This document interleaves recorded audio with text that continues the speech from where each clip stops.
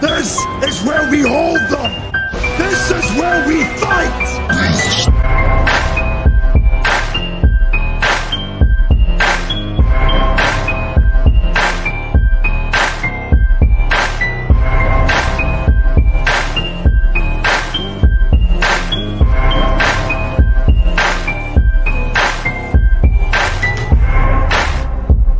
You are now listening to Sweep the Rack podcast featuring Brooklyn Rob and Big Mike.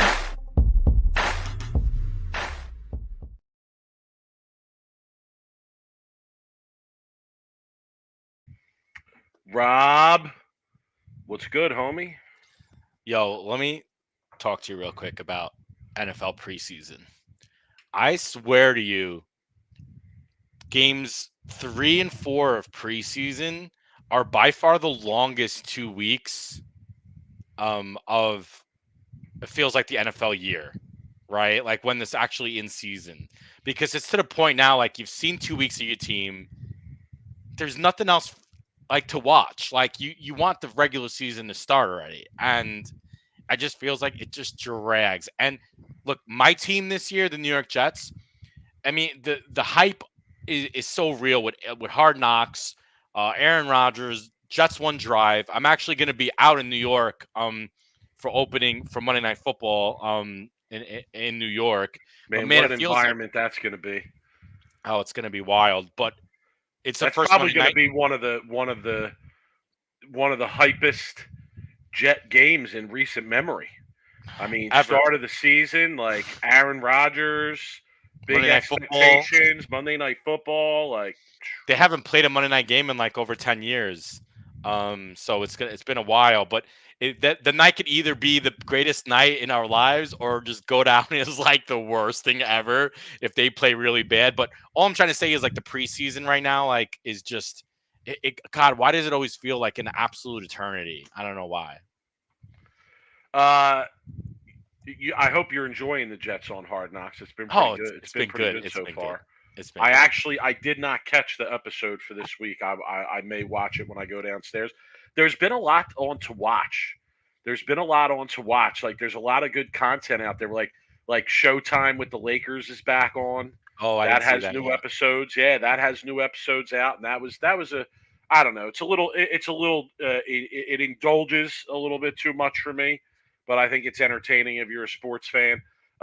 You got the you got all the sports docs that have been dropping lately. Okay, we're gonna talk about that in a minute. I have a follow up on that in a minute.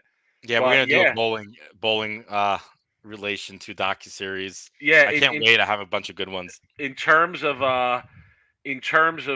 your football statement there, first of all, I would say the longest. I feel that the football season is all year round at this point, pretty much. So the longest part of the season, quote unquote, for me is from the end of the Super Bowl until the start of training camp. I mean, if you're a football fan, that's the hard time to get through because there's really not a lot going on. You got a couple highlights here and there with the draft and the trade deadline, off-season signing deadline. So but yeah, and can I tell you that the worst years of school, of being a teacher out here on the East Coast anyway, the worst years of school are the years where I have to start the school year the week before, 2 weeks before the NFL season kicks off. So I got to do like a run of school days, then a weekend with no NFL, then another run of school days to get to the NFL weekend. Yeah. Let me tell you how much better, how much easier it makes going back to work when the NFL is on that first weekend. And that's the way it is for me this year. Like I'm going back on the 4th, and then I'm going to teach till the 8th or whatever, the 7th. The 8th. And then the NFL season starts on the 10th, right? Yeah. Actually, it starts on the 9th or on the 7th, I guess, right? 7th. On that Thursday, yeah. Chiefs Lions. Right? Oh, and it's 9/11 on Monday night. Yeah. Oh my God. Oh my God. It's 9/11 too. Yeah, it's gonna be wild. Holy Jesus. Oh, I'm excited Jesus. about it. Oh my God. That's gonna be raucous. So yeah, I agree with you 100%. I'm hyped that football's back. Madden's back. Madden's back. I was putting into practice yesterday, looking at the new plays. I have a note in my phone that has all my best plays in it, all my favorite plays, different. I'm very into the Madden thing. And I haven't played 15 years. Really, I'm very into the Madden thing. And Yeah. I was going through the playbook, just downloaded the new version the other day. So yeah, I'm hyped, man. I'm hyped the football's back. I'll be honest, I'm more hype for my daughter's soccer season, which is also they had their first scrimmage tonight. That's why I was coming in hot tonight, because I was over at the field watching the scrimmage. Had to come home and make dinner real quick for the show. But her games are going to be on Sundays too. So yeah, I mean, I'd much rather watch her play soccer than watch the Eagles play football or any team play football. But with that said, yeah, I'm definitely hyped for the NFL season to come back. Yeah, me too. So, do you have league this week? You want to do a quick league recap? See what's going I on had there? league this week. League is a mess. League is atrocious. League is atrocious. After the subbing situation and this and that and whatever. League is atrocious, and I bowled atrociously this week. We bowled on the 2023 Masters pattern. The first two games, honestly, I haven't been that lost in months on a bowling lane. They were like impossible. I couldn't get anything. Yeah, anytime. Yo, I got Xbox Series S. Somebody's challenged me to Matt in the chat. Xbox. Hit me up. No, Yeah, I got nobody Xbox has Series X. Nobody has Xbox. I'm an Xbox guy. I like Xbox. It's cross-platform anyway now. So if you want to play, hit me up. I cross-platform. I might have to go grab a Madden for PS5. Let's go. Look, come on, let's go. I mean, I take it seriously. I'm telling you. So, but I don't want any complaining about using the Eagles, because I use the Eagles every year, whether they're good or they're bad. All right. So, first time we run it, I run it with the Eagles. If I win and you want to run it back and make me use a different team, I'm down for that. But all right, we'll talk. I'm gonna have to practice a little bit. Yeah. So, I was lost, bro. I mean, I went. What did I shoot? 150, 120 the first two. Okay, 150, 120 the first two. I think the second game, I was in darty danger. I'll say that. Like going into the eighth frame, I was in darty danger. I think I opened like 5 out of the first 6 frames with splits and missed head pins, and I'm looking all around me, and there was a pair to my right and to my left with good players on, a couple regional players, and I'm watching, and like my pair was just not doing what these other pairs were doing. I can't explain why. I don't know why. I tried to do a couple different things that I saw working for players, did not work. So bowl the first 2 games, bowl terribly. We switched pairs, and yeah, I didn't change too much from what I was doing strategy wise. It was just the pair was just completely different, and to my interest, one of the good players that was on the pair to the left that then went to the pair I was on shot 119 the first game. Okay, good player too, shot 119. So I don't know. I mean, I want to say that there was something funky about the original pair that I was on, but I can't really explain what it was. Second 2 games, I went, I think 190, 200 the last 2. I got rivered on the card game on the very last card of the card game. Last player to pull knocked me out. I had a full house, and they pulled a higher full house, so that sucked. But yeah, I bowled okay. Well, bad 2 games, good 2 games, I guess you could say. But I kind of at least dulled the blow a little bit. I know I was the high game on the pair the last game. I think I was second high the next to last game, and series wise, I probably finished in 3rd or 4th, I would say. So, whatever. I'm not sweating it all that much. But 2023 Masters pattern. Next time I go to Rev Rates, that's what I'm putting out. I'm putting out 2023 Masters pay. Rob, they were impossible, bro. Like nothing worked. The other pairs that I was watching, guys were way right on the gutter, and there was early hook on the gutter, okay, and then hold. It would roll up and then hold. There was no hook on the gutter on the pair that I was on. So when I stepped out and I got out of the gutter and I rolled it on the gutter, it just never got there. And then when I moved left a little bit, it would immediately hook in the middle of the lane, and I'd miss the head pin going left. And then if I tried to open up my angle a little bit from there and get it right a little bit instead of being so straight through the front part of the lane, I'd miss the head pin right. Brutal. That sounds flat. So as hell. yeah, I That ended sounds up like- on the second pair. I ended up using a Black Widow 2.0, and I had my feet to start on like 21, looking at 15, kind of just keeping it tight. And then from there, over those 2 games, I moved to about probably 27 or so, and that's where I ended up. Kind of kept my eyes in the same spot, just right up the back of it, right up the back of it. As long as I stayed up the back of it, it was good. If I got around it, it was no good because it was going to sail right and it was not going to recover. But as long as I stayed up the back of it, it was pretty good. And like I said, I went like 190, 200 the last 2, so I didn't bowl that bad the last 2. But yeah, kind of, just a bad night, for sure. I also want to say this, and this is just a rumor. This is just a rumor at this point. I haven't confirmed anything at this point, but I'm a little worried. I'm a little worried here.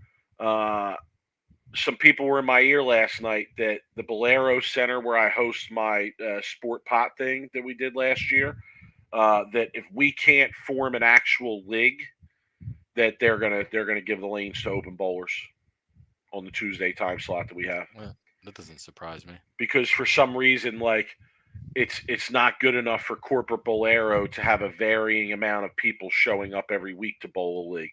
It has to be this set amount of people, even though when it's a set amount of people, it's not really a set amount of people because there's people who don't show up.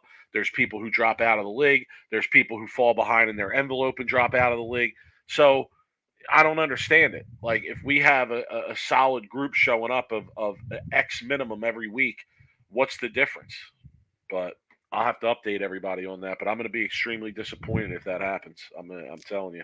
It doesn't surprise me. They'll make more money on open play on a Tuesday night, probably.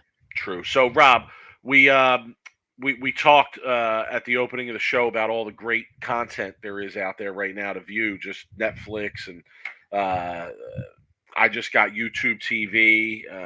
There's some good content on Max. I know that. So one of the things that I watched recently that I got into was the documentary on the Florida football team. I started watching that. I started watching that today, actually, first episode. And let me say, like, it's probably the worst sports documentary I've ever watched. I hate it. And the reason I hate it is because they're only giving you a part of the story, right? Like, I thought it was going to be about not only the stuff they're covering, but also about the real Urban Meyer. And I thought it was going to be about Aaron Hernandez. And I thought it was going to be about the Pouncey twins. And I thought it was going to be about Cam Newton. Like, Cam Newton went to Florida and ended up leaving there under some, like, dramatic circumstances from what I understand as well. So while watching the documentary, it got me thinking, right? And the idea that I came up with, the question I came up with, and I cannot wait. I've been looking forward all week since I texted you about this to this conversation. I can't wait to hear what the people in the chat have to say about this and what some of their ideas are. Oh, I have a good idea. Here's the premise, okay? Here's the premise. If there was going to be a 30 for 30, okay, on bowling, or an untold story, right? That's the doc series that did the Florida thing, right? If there's going to be an untold story, or there's going to be a 30 for 30 on a topic in bowling, what do you want it to be on? Okay, what are the best ideas for a documentary style, an untold story 30 for 30 style documentary for a topic in bowling right now? Let's go back a few years, Rob, to when Flow Bowling was on the scene heavy, and they did a couple documentaries. They did a documentary with Anthony Simonson. They did a documentary with Belmo. Not like how I would do it. Not like what I would do. But I don't know if it's the stuff we really want to see. No, okay? no. So this is the conversation. All right. Okay. Feel free to get involved in the chat. We're going to bring up some examples and discuss them, but Rob and I are going to give our ideas as well. So go ahead. I got to go first because there's only Henry has a good 130 for 30 on PDW, Wayne Webb, rise and fall recovery. The one story that is very, very muddy that to me is still a story that should be told is the story on Glenn Allison's 900 not being sanctioned. Ooh, okay. I would love, and Glenn Allison is still alive, and I would love to hear both sides of it from Glenn Allison, from the proprietor where he bowled a 900, the bowling USBC or ABC at that time or whatever was sanctioning body. I would love to hear everyone's side of the story about why his 900 was never sanctioned. Okay, it's a good one. It's a good topic. All right. One for me, okay, and I could totally picture a 30 for 30 on this. Like, I want the behind the scenes story from all the people involved. I want the narrative documentary. Okay, like Jordan. What the Last Dance style, where it's just interview after interview after interview of Kelly Kulik's run to win the TOC. Ooh. I need to hear the inside story of that, man. People reflecting back on that now. I want to hear comments from other people that were involved in that about what they thought about her beating certain people on that show to win it. I mean, can you imagine some of the if people are being honest 20 years after the fact and they're really giving their honest opinion about it? Rob, there had to be some really strong opinions and really strong chop busting going on about the way that went down. And I would just like to hear the inside story, because there had to be times where she was up and down and like making a run, not making a run, and I'd like to hear from her ball rep. Oh my God, Nico, do you want to hear from Barnes in that doc? I want to hear from Barnes the whole doc. I want. I mean, all right, so he would be a main feature. So I'm gonna go. That's a good one, and I like that. Wait. Is, but I got a two-parter on this, because there's another story that needs to be told. Okay, the rise and fall of Mike Newman, but there is another bowler out there that needs a story to be told. He is the greatest junior bowler to ever live, and his name is Rory Callanquin. I want to hear the rise and fall of Rory Callanquin, of why Rory Callanquin never made it as a pro bowler. And if you grew up in our era, there will be no junior bowler ever to accomplish and have the accomplishments that Rory Callanquin had. And I will go on record. I will take that to the grave. But Rory Callanquin, Mike Newman, a two-parter on one that should have went pro as an amateur, and one that should have went pro as a junior. It sounds like there would have to be a whole series on the rise and fall of bowlers. It would be a whole series. It would be like the WWE, biopic things that they do. Oh my! The dark side of the ring. You call it the dark side of the lanes. Throw Stillman in that. I mean, there's so many talented people. So yeah. Oh man. Oh my goodness. Okay. All right. I got another one. Okay. I need a 30 for 30 on Bob Learn's scoring record at Erie. Okay? I almost put that down on my list. I did, but I didn't. I need that. The Erie community, the Erie stadium, right? Yep. Like, that would be awesome. I need that just to relive the hypeness of that, to hear from the people involved. Also, people forget about this, and I love reminding the bowling world of this. Bob Learn was given a mulligan. You always talk about he was given never has happened before that I know of, never has happened after. Okay? He was given a mulligan. If he didn't get that mulligan, he doesn't win. He doesn't go on and keep Parker beats him. Or was it John Petraglia that beat him? I forget who it was.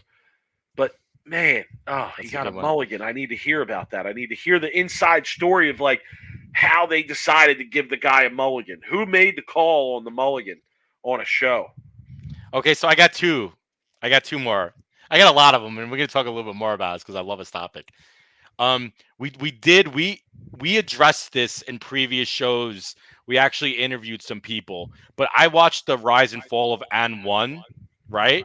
how could you not want to see the behind the scenes of Big Bowling and the rise and fall of Big Bowling? I don't care about that. But I don't. I Somebody suggested the sale of Ebonite to the Brunswick. sale of Ebonite is a good one, but Okay. also the rise to power of Storm Bowling would be an interesting one too, to see how they got to where they were, right, and what they did, and see the really behind the scenes startup. But I think the fall of Big Bowling is actually a very interesting story. I know you don't want to hear it, but when I was digging into a lot of that, I feel like there was a lot of interesting things going on behind the scenes that nobody knew about.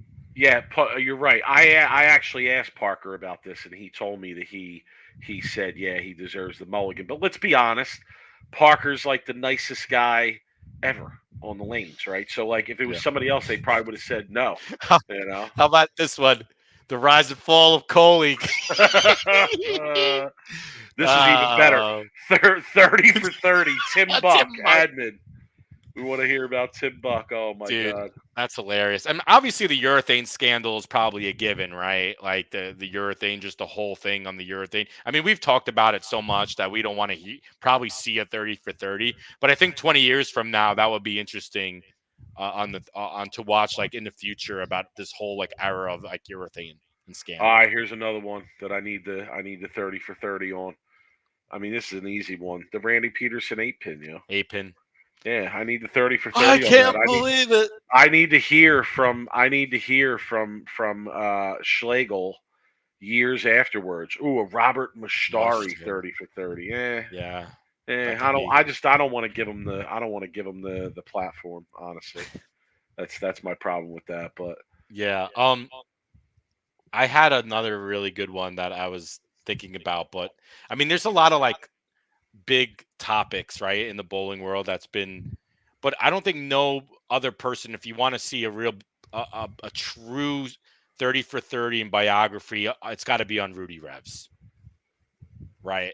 Rudy Kasamakis has had probably one of the most interesting bowling career lives, going from almost to a point like Kimbo Slice, like bowling action, thousands of dollars for the mob, um, being almost getting beat up, right? So many stories, right? And then making it to a television and bowling for the PBA, and then almost going that route, right? And I think there's so much story behind the scenes on Rudy Revs that nobody really knows, and people would be floored to listen to some of this shit. Kind of like Johnny Manziel, like that mm, documentary was pretty good. I think it'd be a lot of people that would listen to like what Rudy Revs was doing and going through, and be like, holy shit. yeah, that's another that would be another good one. That would be a banger too. Yeah, Dude, that would be really I could totally picture that. I could if I was doing that documentary, the start of it would just be Rudy Revs walking into a room and just sitting down in a chair, putting the microphone on, getting ready. You know, Are he's we such good? like a Are we good? Are yeah, we we good. ready? You We're hear ready. me? Yeah, that'd be it. That would be the opening of the documentary. That would You be know? so good. I do, and people, if you don't know about, I've heard stories, and there's legendary stories behind Rudy Revs on and off the lanes. So it's not just an action bowling documentary. It would be something that would floor people and some of the shit that I remember hearing. But I mean, there's a lot of good stuff they can do. Bowlers, characters, personalities. Like, how about like backing and sponsorships?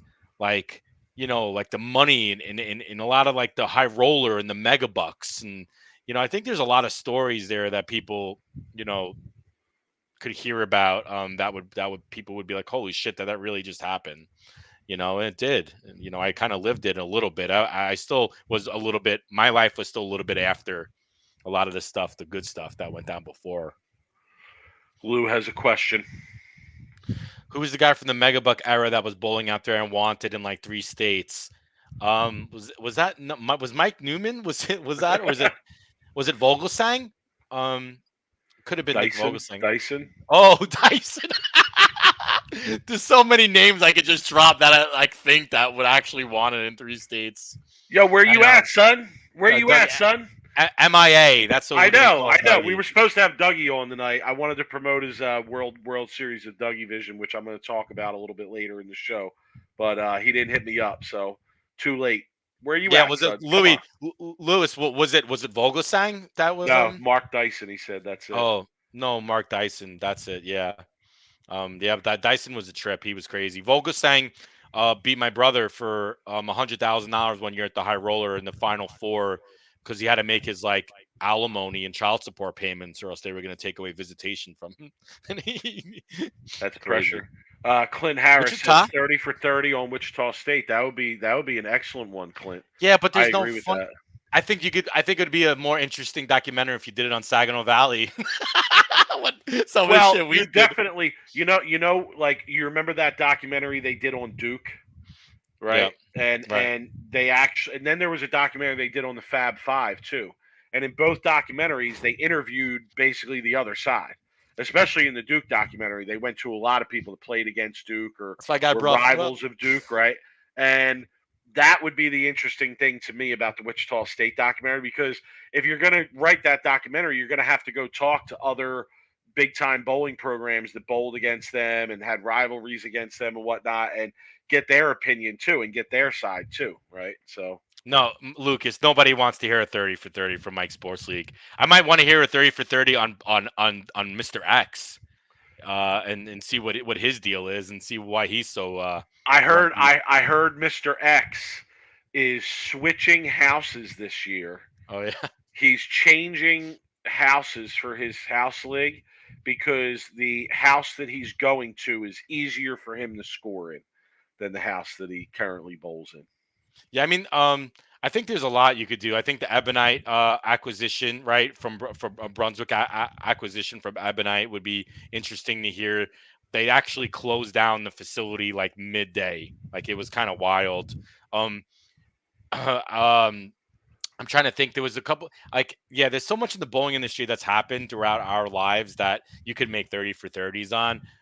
So if there's anybody out there who's got some hookups with some documentaries, there's a lot of personalities and characters, and I would um, take an untold story of how scores exploded in oh bowling. my You goodness, know I'm going to throw that I out knew there. you That were shouldn't gonna go. surprise The anybody. Hoinky, Super Hoinky is a good Okay. one. Or you could just do that with all the mega bucks, the rise and downfall of the mega bucks, right? The high roller, the mini eliminator, the Super Hoinky, right? Those are all mega buck tournaments that are no longer around, right? Bringing in so much money, and now they don't even exist. All right, how about this? I could go on. I could go on with this forever. I I had I know. had about 20 different All things right, that I wrote down. we got a few minutes. Hey, it's our show. We'll wrap it up soon. We got a lot of other stuff to get to tonight. We got to talk about Bolero not allowing people to bring water into their centers. How about this one? And I don't know the specifics on this. I'd have to go and look it up. But I want a 30 for 30 on that period of Tommy Jones's career where he was like unbeatable. Unbeatable. Right? Like the Tiger Woods doc. How they really focused on his domination in a certain era. Like I want that for Tommy Jones. I think that would be a really interesting doc. I think that he's an interesting topic for a documentary. I like to hear more like one hit wonders, like people who like made one show and maybe won and never heard from them ever again. Lucas, who's got some experience with some documentaries. Lucas, let me tell you something. If you listen to us on these documentary topics, Flow Bowling would still be around. Nothing. No way. That is not true. That is not true. Dude, if they did a 30 for 30 on Rudy Revs, Flow Bowling, trust me, they would have had 1,000 million subscribers. Get the hell out of here. But Lucas is pointing out that documentaries can be time consuming and expensive. Yeah, I mean, look, you understand that. Ernie Schlegel's the most entertaining character. That's why I said I want the Stone Eight. Randy Peterson, Stone Eight. Plus, in that documentary, could you imagine what kind of comments you're going to get from Randy? Give him catch him after a round of golf. Sit him down with a nice stiff drink. I mean, you're liable to get some gold there, I think. Maybe you get Ernie Schlegel, too, with some couple stiff drinks. I'm sure you can get some really good sound bites there. True. No Man. doubt. Anyway, all right, Mike. I think we can move on from that topic. What a good topic it is. I like it. It's a good topic. Interesting topic. if you're listening to this after the fact and you have any ideas, email us. Let Yeah, us know. put Shoot us them in the to us chat. on social media. Yeah, put us in the chat, in the YouTube chat, in the comments and stuff. We read all those comments. I Even though don't I read hate the reading some comments. of those comments, He I reads the do. I comments. I read don't them. read the comments. Fuck I the do. I like to comments. see what's going on with the people. Hey, if you, I want to see what's on the minds of the people out there. They, let alone they love us or they hate us. I want to hear what's on their minds. All right, Mike. Bolero pissing people off. Yeah. What So else is new? I guess we got a tweet from I have it right here. The hand banana. Okay. Love. I don't know what that means, but I love the Twitter handle. He just learned that his local Bolero Bowl is banning us from bringing in water. I've been bowling a 52 team league there for 10 years. This just might cause me not to return such bullshit. Talk about worst of the week. And then Zarkov, who I know Zarkov, he bowls in the LA area, is a great bowler, good guy. It's because some of these people bringing in hydro flasks are filling it other than water, right? Okay, maybe I could understand it there. At our local centers, they're having the same problem and had to ban outside water from coming in. These centers have a liquor license and can be very protective of that. And then Hand Banana responds, that's understandable, but they should at least compromise and allow clear bottles. It's not like I'm trying to chug a 64-ounce vodka, right? Okay. I've bowled in a Bolero center before, and the thought of me chugging a 64 ounces of vodka by the game 3 bowling in a Bolero center has come to my mind more than once. So that being said, how can they, I understand the flask comment in that point of it, right? Like, people, and I know in New York and the East Coast, will for sure, if liquor is super expensive at these Bolero centers, we'll sneak in booze in a flask, right? Oh, I know people that keep bottles in the pro shop. Yo, but they can't allow people. If I wanted to bring in an Aquafina or a bottled water that I brought in from home or I bought at a gas station on my way to the bowling center, or a Gatorade or something, I honestly, let's just stick on the water part. All right, they should absolutely allow water in the centers. I don't know what Bolero is doing. This is such a bad road for Bolero to go down. It Banning really water. is. No, because what are they supposed to do? Right? What are the do you really want your managers and assistant managers, etc., right? Like running around monitoring this. This is what you want them paying the closest attention to, spending their time on. You know, uh, I understand that there's going to be people who cheat the system, right? Uh, so what? So what? They're a $1 billion revenue company, and you're telling me they gotta squeeze everybody even harder. And now no one can bring a bottle of water in because Bolero wants to see its liquor sales bottom line go up whatever percentage. I'm sorry. That's just not a good enough excuse.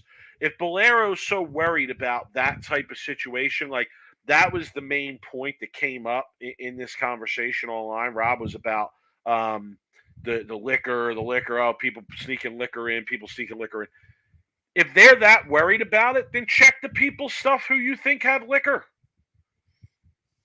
Check their stuff. Why does this have to be a blanket policy for everybody? So you're telling me a high school bowling league, if a Bolero Center has a high school bowling league, you're not going to allow parents to bring in water, bring in cupcakes, bring in cookies? This went on every single day at the corporate centers that I bowled in for when I coached in high school. I mean, it's a joke. It's a joke. Like, there's no way they're going to be able to, enforce this across the board and really do it in a fair and equitable way, right? Not to mention that a lot of times when I go in a Bolero Center, you know who it is who has the outside food or drink at the Bolero Center? The people working there. It's the people working there, or I it's know. it's the pro shop people that work there and are there all day. Now listen, I'm not hating on the pro shop people who have to work there all day and want to get something different to eat instead of eating the overpriced food from Bolero. But if you are going to allow that, how are you going to justify to a customer that they can't bring something in? And I just don't get it. Yeah, I think it's Yeah. just a terrible, terrible, I mean, I don't. terrible road to go down for Yeah. I mean, Bolero. I It's don't. like I didn't we're really. just going to keep squeezing you. You Yeah. know, Bowler doesn't surprise me what they do anymore these days. Um. All right, Mike. Let's talk a little bit bowling, real quick, because I want to talk about the PBA 50. Do you want to go into that? Is that sure. cool? Okay. Tom Hess, great guy. So happy Want for Tom another Hess. event? Yeah, he won the PBA 50 Fort Myers Lightning Classic this past Wednesday, which makes him Hall of Fame eligible.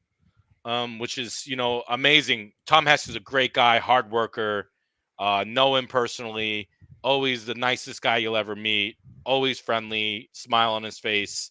Except when he's bowling bad, then you just kind of want to stay away from him, because his fryouts are probably the top three fryouts of any professional bowler out there. I'd probably put Chris Collins in the top two of the best fryouts. Maybe Tom Hess in the top three fryouts. But proud of Tom Hess. He climbed the ladder, Mike. I mean, he went through like some, giants, right? He went through John Janowitz. He went through Andres Gomez. He went through Chris Barnes in the finals. And then he beat Brad Angelo too. So, I mean, he went through Murderers Row. Uh, he wasn't just winning close matches, Mike. I mean, he was winning by like 40, 50 pins. He was bowling 240 one game. He bowled 250 against Janowitz. He bowled 250 against Brad Angelo. I mean, he was just like steamrolling people. So shouts to Tom Hess, Hall of Fame eligible, great guy, class act. Yeah, happy for him. Yeah, no doubt. Action on the PBA 50 tour has been pretty good this season. You know, Yeah. it's cool to see some mix of like well established Hall of Famers winning, but also new faces, winning. And to be honest, you don't see that a ton on the PBA 50 tour. Like if you've been watching the PBA 50 tour for a long time, it's usually the established guys that are out there winning. You do have an occasion where someone will make themselves an established player as a senior, like a Ron Moore or like a John Handegard, right? But normally, to me, the more common situation is that you have you have the established guard winning, and this season. Troy Lint. I mean, not he's an East Coast guy. Has been a competitive, very competitive bowler around here for a long time. But like he has taken the PBA 50 by storm this year, and there's been a few other names. I mean, they escape me right now, but there's been a few other names that I know have won for the first time out there, being a PBA 50 player. So it's nice to see. It's cool to see, and I've enjoyed the action. Yeah. So now I think the next tournament is in a few days. I believe it's the Tournament of Champions, I think. Yeah, August 27th in Lakeland, Florida. The Johnny Petraglia Tournament of Champions. So that is the next tournament. I'm going to assume that's the final event of the year is the major, finishing up with the TOC. So that's going to be fun to watch on Bowl TV. I'm looking forward to watching that. Can't You you got know? you got to like Barnes to win that one though. I mean, you got to like Barnes, Janowitz, right? Like, I mean, there's a few names that are you're seeing a lot of. Mike, speaking of PBA 50, Pete Weber, okay, had a very interesting post that he posted on his Instagram, which got very quick eyes and a lot of people kind of jumped on. It's interesting when a well-known pro, someone like a Pete Weber, a Jason Belmonte, speak up against the USBC. And I think that always makes waves in the bowling world in a way, right? And I know when Belma was very vocal about the urethane and the testing and what the USBC was doing, that got a lot of eyes, right? And I think Pete Weber, who, if you didn't see his post, I'm going to read it so everybody could be on the same page as we talk about it. He wrote, "All right, this is my bid to bowl the 2024 U.S. Open. Last year, I guess, I didn't have the criteria to bowl the U.S. Open. But then again, Junior Team USA had a better criteria than I did. I have 5 U.S. Opens. How many U.S. Opens does Junior Team USA have? So Chad, this is my bid to you. I'm asking now, do I have criteria to bowl, or is it an illegal issue? Question mark. I love that he's coming at junior bowlers. Oh, I can't. When I read it, that's the one thing I could not get over. Is like out of all the examples he could have used, he was like, "Do these junior bowlers who are bowling have the resume I have?" Like, who do you no, think like, you are? no, Pete, I am. no, Suck Pete, it. they don't. No, these junior bowlers do not have the same resume that you have, Pete. No, not at all. Okay, so this hit fuck them kids PDW. That should have been the meme I posted on social media a couple days ago. Oh my God.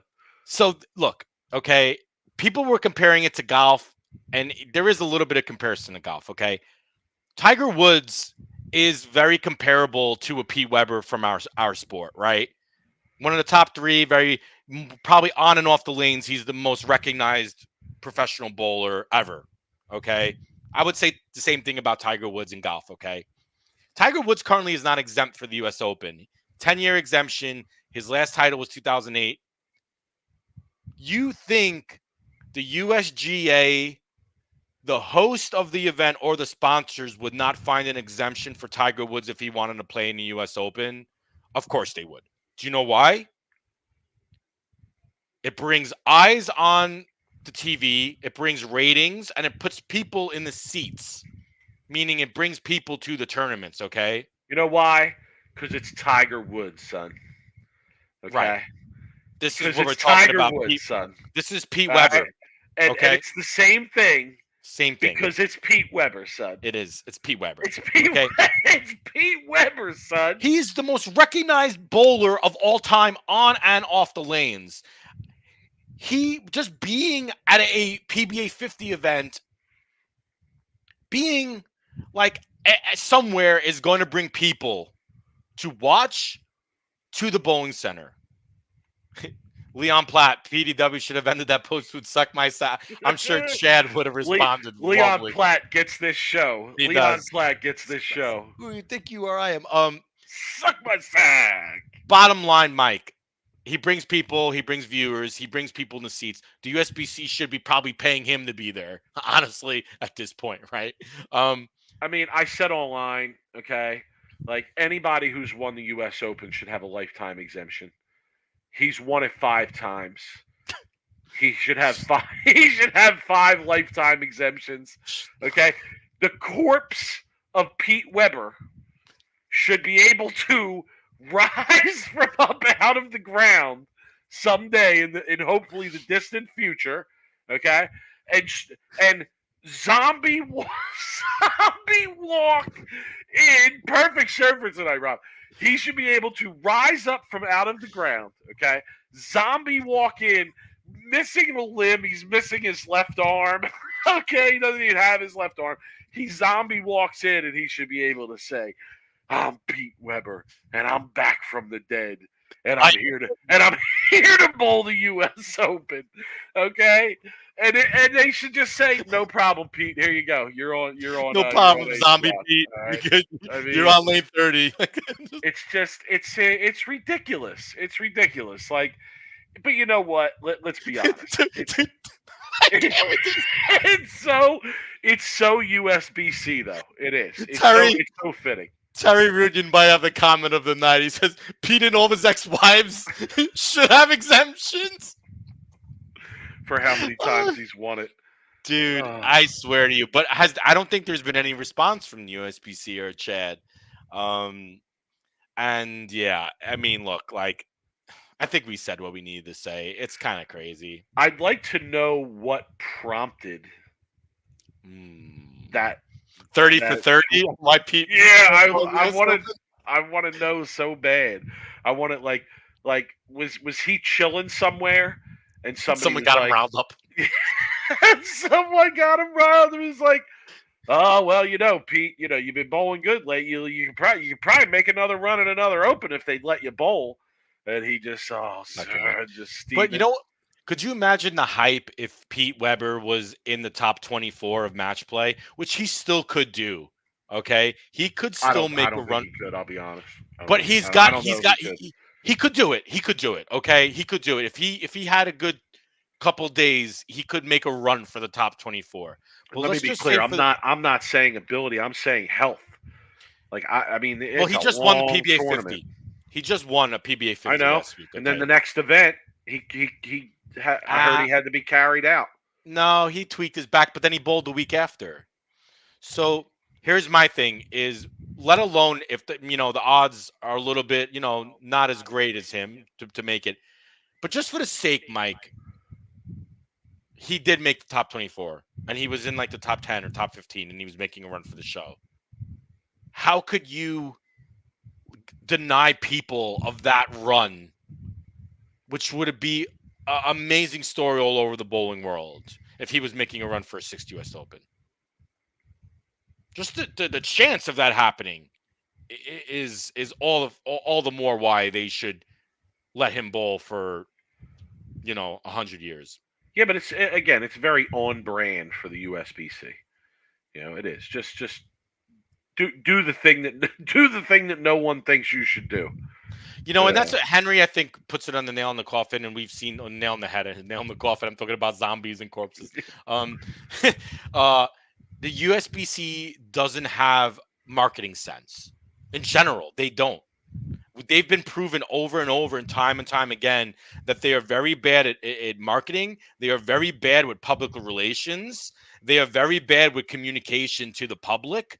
Very bad with transparency. Transparency. They need to clear house in that department, and they need to bring in a whole new marketing, PR, and communications team because they are very, very bad at that. Agreed. All right, Rob. Have we run through the list of topics? Are we ready to give the people what they want here? Yes, sir. Let's do it. Oh wait, where's my? Oh, there we are.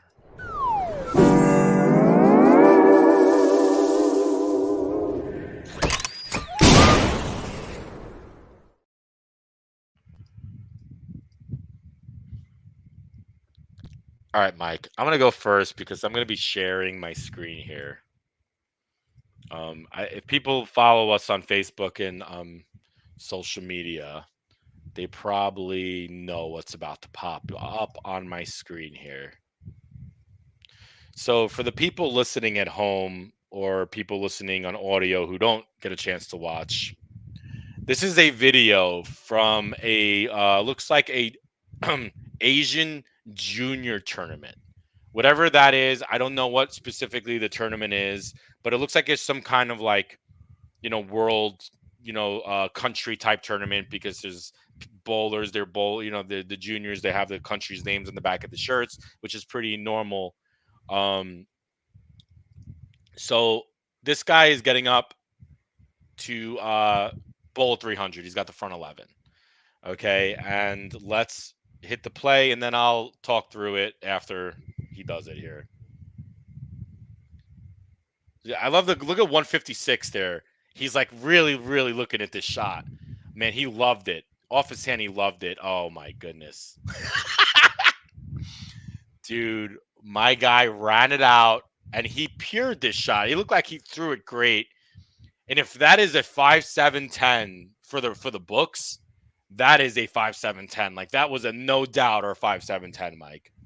That almost looked like string pins for a sec, like that they were bowling on. I could watch this reel over and over again, Mike. But I give us worst of the week because of the fact where we've all been in this spot once or twice, and he was literally running it out, and he really liked it off his hand, and he completely 5-7-10'd. and the looks on everyone else's faces is hilarious. So shouts to my guy here, put a good game together. But yeah, freaking always hilarious to see a 5-7-10. I always love watching that clip of Chris Barnes 5-7-10ing on one of the world shows. You know, that always pops up on my feed every once in a while, and I get a good laugh. So, all right, Mike, I will hand worst of the week over to you. So the real worst of the week that I want to give this week is not bowling related. So, but I know that we're a bowling podcast, so I do have a bowling related worst of the week that I'll get to in a minute. But the real worst of the week this week has to do with going back to school. It's going back to school season, okay, unfortunately. And I don't know how many of you out there are like part of your local community parents Facebook pages. You know what I'm saying? Like every community has like a parents page, where all the parents go and join to find out what's going on in the town and the schools and this and that.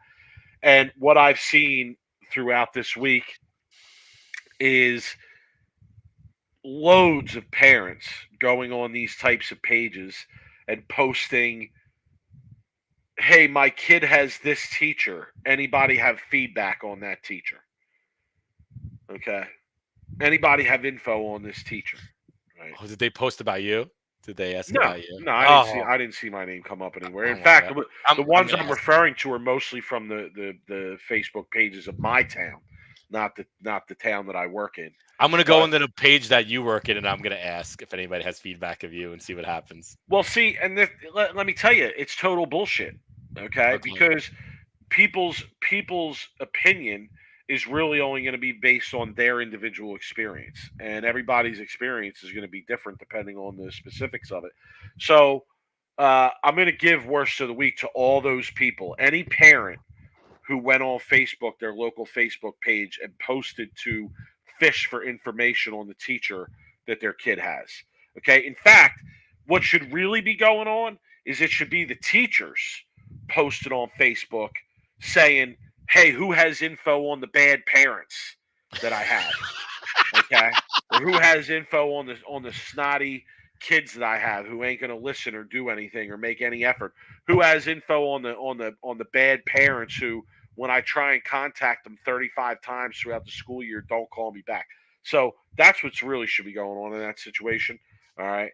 But All right. my worst of the week is an easy one this week. It goes out to Thomas Larson. Ooh. It goes out to Thomas Larson on his Thomas Larson Bowling Facebook / Instagram account. Okay, he put a post up of it was him throwing a shot. Okay, and it was the post was my last shot as an unmarried man.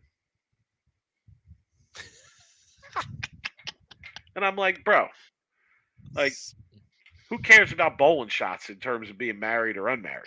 He was looking for people to congratulate him that he was getting married. That's it. Well, then post pictures of the wedding, bro. post your beautiful bride in her amazing wedding dress, like Post a bowling pictures of you post bowling in your about your wedding. Come on, bro. how about you posting pictures bowling in your tuxedo that you're gonna be getting married in? Come on, bro. That's hilarious. All right, Mike.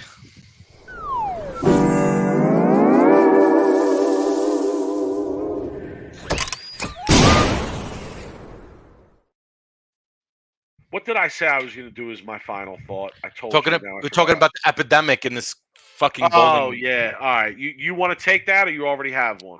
I'll take it. Okay. Let me do mine first. Okay. There's a lot to bowl out here this weekend, and I'm disappointed that I can't. Actually, over the next 2 weekends, and I'm disappointed that I can't make it out. As we mentioned earlier, and he was in the chat for a little bit. We were supposed to have Dougie on tonight. I invited him on the show because, and I want to give a shout to Dougie. Honestly, he deserves a lot of credit. He really does. He has created through his own grassroots efforts, a great and very deep group of bowlers that like to compete on a regular basis, right? And I really think that he tries a lot of different things. He makes a great effort to put together interesting events, and he is doing something coming up called the Dougie Vision World Series. The World Series of Dougie Vision. Okay, is what it is. World Series of Dougie Vision. And it's a tournament, I think, on 4 different patterns. Okay, 4 different patterns ranging from about 5-1 to 2-1. Okay, so 4 different patterns ranging from 5-1 to 2-1, and it's gonna be handicap. All right, but it's handicap with a lower max on the handicap and a cap on how many pins a game you can get. Okay. And I got to be honest, I think that is a genius genius bowling idea for a tournament. Yeah, 25 pins, Robert Hamilton, is the max that you can get, okay, per game. Now, I would think that, once you run a few events like this and you have some sport data on different bowlers, you can then establish sport averages and go from there. And I have to say that, one thing that I think would be a big positive for bowling if we could give a lot of the house shots up would be that the handicap system would work and it would be more fair, and you would have a more even playing field than you have now. So wanted to give Dougie a shout. I actually, like I said, I wanted to have him on the show and discuss it a little bit more and go in a little bit more in depth with his idea. And I'm going to leave that invitation open to him if he's listening to this or if he catches it. If he wants to come on, Dougie, you're more than welcome to come on whenever. Sorry it didn't work out tonight. But I did want to give him a shout, and I really think that's an excellent idea. And, I hope I can't bowl the event because I have plans. But I really do hope that it's a success, and I hope it goes well. Also want to give a shout out to Greg Tack, who actually designed the patterns. Robert Hamilton is mentioning that. He actually designed the patterns for the World Series of Dougie Vision. Okay. So the challenging ones are definitely going to be challenging. Well, why aren't you getting on Dougie for not using an original name for his tournament? Because I find it hilarious. Oh, he's making fun of it. Is what he's doing. I find it hilarious. Like he's jacking the name a third time. You understand what I'm saying? And it's so long after now that poker's actually popular again. And like the World Series got the most entries it's ever had. That's how long it's been since bowling originally jacked the name while it was on its way down. But we always want to support the tournaments, Yeah, I wanted to give him a shout, and honestly, I think that's a great idea. I hope that he runs more events like that in the future, so that I do get a chance to bowl it and get my few sticks against the guys who might put in more regular work than me. And also want to give a shout to Greg Tack. He's got 2 events going on this weekend at Hal Lanes. On Saturday, he's got a seniors event over 50. Got a decent roster of guys for that. And then on Sunday, he's having his season-ending New Jersey Sport Bowling Masters, which is basically like a two-squad qualifying, beat the board, X amount out of X, make it to the next round, and then like a bracket finals from there. Again, can't make it. Saturday, I have a family event going on. My niece is getting married, and we're getting together to get measured for our suits for the wedding. And on Sunday, we are going to the Phillies game. My kids, my wife, and we're taking my mom to the Phillies game. So I got a busy weekend this weekend. Why? Phillies are playing good ball right now, man. Whatever. Phillies are playing great ball right now. Phillies are definitely making the playoffs, and don't be surprised if we make a run, dude. They're definitely you're exposing your ignorance on what's going on in baseball right now. The Mets are losers who sold everything at the deadline, but just so I know you put it on the record. Paying attention, but the Phillies are playing really great ball right now, bro. Put it on the record. You guys aren't getting through the Braves. Okay. Anyway. No, I'm not saying we are. I'm saying we're going to get on the wild card, and I think that anything can happen in the playoffs. Also, one of the best stories in sports recently has been, and I know this goes against everything Rob wants to hear because Rob's one of those people who loves to point out the ignorance and the bad behavior of the Philadelphia sports fan. One of the best stories this summer in sports has been that Trey Turner was struggling, and Phillies fans created a movement to give him a standing ovation in the game to tell him, "Hey, we're still behind you." And since they, excuse me, since they've done that, the man has been on fire. So, Rob, in Philly, we're turning it around, baby. We're going more positive. Okay, we're going more positive. Okay, and we're I'm going to go to my final happen thought. that way. I'm going to go to my final thoughts. Okay, we're done talking about Trey Turner, who's probably the worst person ever.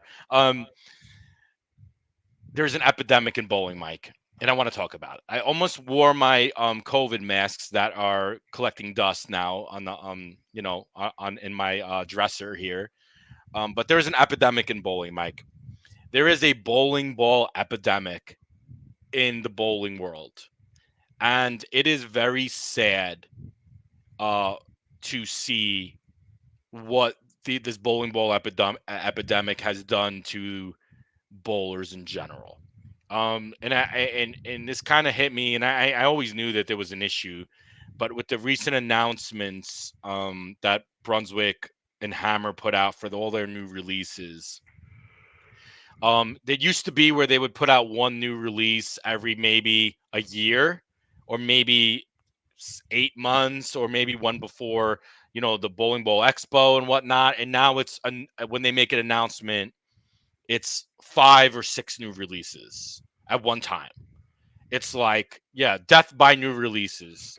Jimmy, It's literally like there's an Envy Tour Pearl, and there's a a Fireball, and then you see these people that are in the chat and they're like, oh, that has like that new core with the pearl, and that's gonna fit in great with my 7 or 8, 9 bowling balls that I have right now, and and it's just, I can't wait to drill this and I can't wait to drill that. And I'm just like, why don't you guys actually people learn how to bowl? Like, take the money you guys are using to these new equipment and go get lessons and learn how to physically bowl, right? And the reason why I say this is because there's one guy, he put a post up on the Bowling Science post about how he just drilled his new Radical ball, right? And Patch Pirate, and he just drilled a new ball, like this brand new ball, and he was asking the people, like, hey, like, my ball is hooking too much. What dot and arrow should I look at when I'm just like, dude, this person is a beginner level bowler, right? So why don't you, instead of drilling up a new Radical bowling ball and spending probably $200 plus, take that money and go find a local pro in your area. Maybe you don't have one, but you could find, they're out there, and actually learn how to adjust and learn how to bowl before you start drilling up $200 plus bowling balls. Now, I could be just grumpy just talking about it, but I feel like a majority of these bowlers that I see that are all involved in all these new releases and these new bowling balls, I just, they're just they're very, like, they don't know how to bowl, like, in a weird way, right? And some of the questions that they're asking. So I don't know. It's nobody's fault. It's the bowling. It's the way the bowling world is now. The bowling ball companies know there is an epidemic. They just love feeding new bowling balls and new releases down people's throats every 3 they're months. making money. They're making money. Yeah. They're making money. Well, You know what? You know what's no one threw it if they hilarious didn't have about it, money. though? The most hilarious thing to me about that whole situation is that, you're right. I agree with everything you're saying. But the irony of it is that they are selling this to a vast majority of a group of people who bowl on conditions where you really could go in with any ball and make it work. You could really go in with any ball and make it work. Just stand in a different part of the lane. Got a ball that hooks more, stand further left. Got a ball that hooks left, stand further right. I mean, Mike, let me ask you a question. Not that complicated. I want to ask you a question. If I drilled up a ball that was 20 years old right now, 20 years, and I'm talking back in 2002, if I had a blank ball that had no writing on it, that was just a regular ball, and I made a bowling ball video right now with that bowling ball that was from 20 years ago, and I put it on a house shot, and I made my ball review video on a house shot. And I took this video and I said, yo, this is a sneak peek of a new release coming out in 3 months that I got from Storm or Hammer. And I started throwing shots and I took my videos and house shot, right? Fresh house shot. Do you think anybody in their right mind out there would know that ball was actually a ball that I actually drilled that was 20 years old? It's a good question. What are you bowling on? House shot? What the bowling ball review videos people bowl on? Most of them are house shots, right? I don't know. It's hard. It's hard to say because I don't have the technical expertise to say whether those balls would be strong enough to. But you don't think a good bowler? Oh yeah, yeah. No, I understand. Like yes, even if that ball didn't hook a lot, a good bowler, all you got to do is move right and get into the dry a little bit, and it's probably going to look fine. So, I could make any ball make it look like it's going to be a new release 3 months. You see all these new release bowling ball videos coming out, and they all look the same to me in the last 5 or 10 years. It's all the same reaction to me. And I watch them. Yeah, Jimmy's saying there's a guy on Facebook that drills old balls and throws them in league. Turns out they all strike on house. Yeah, I've seen that guy.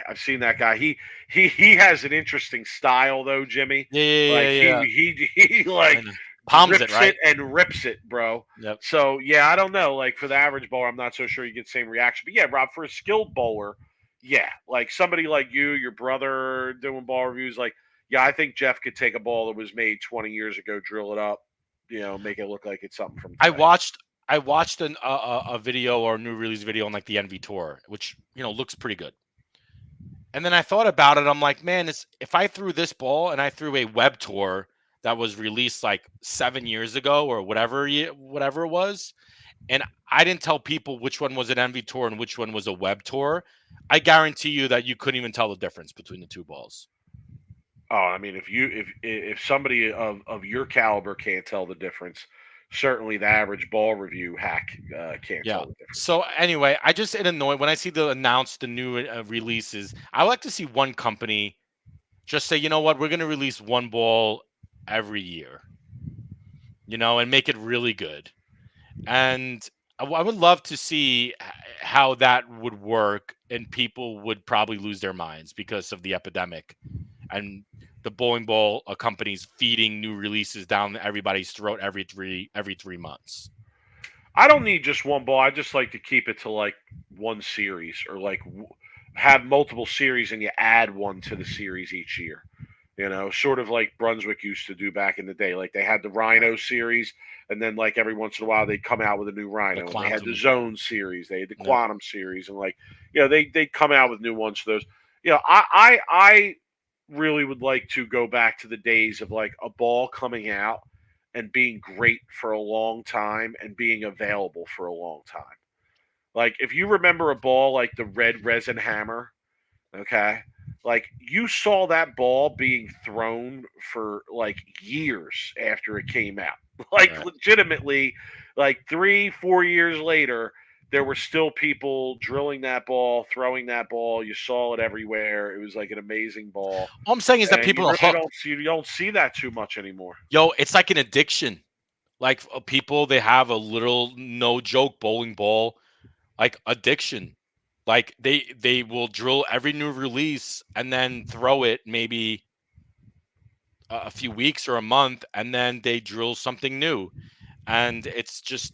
But I think what happens is a lot of people out there are looking for that magic pill or the magic bullet, the one bowling ball that's gonna like be better than all the rest, and that's gonna raise their average 15, 20 let them pins. get away with more than any other ball. Right, and I feel like that's what the bowling ball companies are selling these bowlers on, right? Like this ball is the magic ball. It's gonna, be the ball that's gonna get your, first 300, and it's gonna it's gonna be the ball that's gonna raise your average. When in reality, What these people need are they need lessons, they need education, they need training, and they need real like actual work, to get better instead of just keep drilling new bowling balls. And I think that's a big problem in our industry. No doubt. All right, Rob, we're going to call it a night. We are. We appreciate everybody joining us as always. Hit us up on social media. He's at BrooklynRob11. I'm at the 215th. Email us. We love getting the emails. Sweeptherack@gmail.com. Check out agentongopen.com for the Ong Open that's going on in mid-October. Got a lot of time left. Sean Rash just announced he's coming down in bowling, so I'll be running into him. There's a lot of other pros that are bowling. Send him an email, visit his website. It's going to be a great tournament. And also shouts to Jordan Richard for winning the PWBA Player of the Year too. I wanted to give her a shout. What a great year she had. I think she won 3 tournaments this year. She was in almost every ladder, it felt like. So sorry to cut you off, Mike. I know you were doing our deal, but there's a few things I wanted to get to. All good. All right, guys. Hit us up on social media if you guys have any questions. You want to talk bowling, we'll get back to you. I'm trying to update our shirts too, so we can get some. See everybody next week. See you guys.